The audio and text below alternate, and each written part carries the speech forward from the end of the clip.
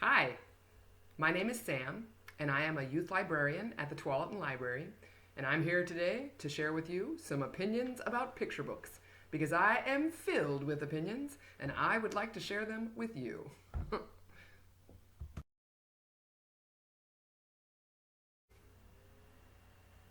All right, well, today's picture book opinions will be dedicated entirely to sequels.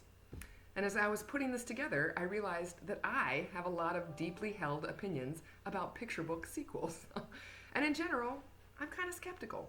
I've read a lot of sequels to picture books and found that some are just lacking the magic of the original. I imagine it's really hard when you have a really successful book to capture the same level of awesomeness.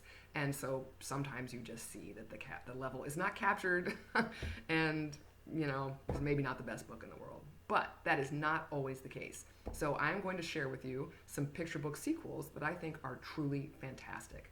Now, all of these are available on WCCLS. There'll be information at the end of the video on how to check them out and how to get a WCCLS library card if you don't already have one. Without further ado, though, I will move to my first sequel review, which will be Dragons Love Tacos 2, the sequel.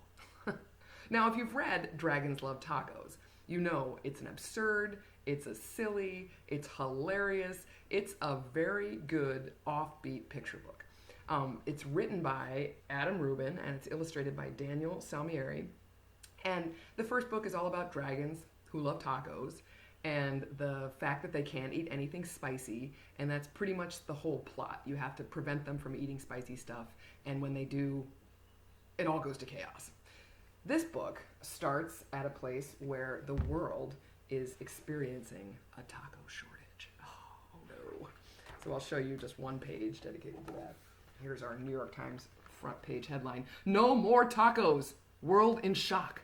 Emergency supplies depleted. Taco scientists baffled. So you can see there is that same sense of absurdity and silliness in this book that there was in the original. But what I really like about this sequel is that it goes to a whole nother level of absurd. It's like the author must have thought, what could I do to just go as ridiculous as possible? And he achieves it.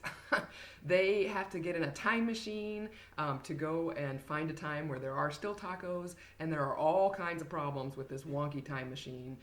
There's a butterfly effect thing. There is space-time continuum stuff. I mean, it's really ridiculous and really, really funny. So if you liked Dragons Love Tacos, I think there is every chance, and more so, that you're going to love Dragons Love Tacos 2, the sequel. All right, number 2 that I'm going to do, and today I'm going to share three books with you. It's been a long weekend, apparently. Number 2 is Mighty Mighty Construction Site. And this is written by Sherry Dusky Rinker, and it's illustrated by Tom Lichtenheld. And I'm sure many of you are familiar with Good Night Construction Site. That book was so popular in my house that it is now held together with duct tape. I'm not kidding. It has duct tape all along the binding because it just fell apart because we read it so many times and we loved on it so much. Well, this one I love just as much as the original. It's got the same fun construction vehicles. It's got a whole new set of construction vehicles, the same bouncy rhymes. It's just a lovely sequel. It's got all the charm of the first one, and it really is just as much fun. So if you liked Good Night Construction Site, I guarantee you are going to like Mighty Mighty Construction Site by the same team. All right, and my last picture book sequel review is one that I might even say I liked better than the first. Although that's hard to say because I really loved the first one. But this one, it just made me laugh even more. This book is called The Day the Crayons Came Home, and it's a sequel to the book by Drew Daywalt, illustrated by Oliver Jeffers, The Day the Crayons Quit.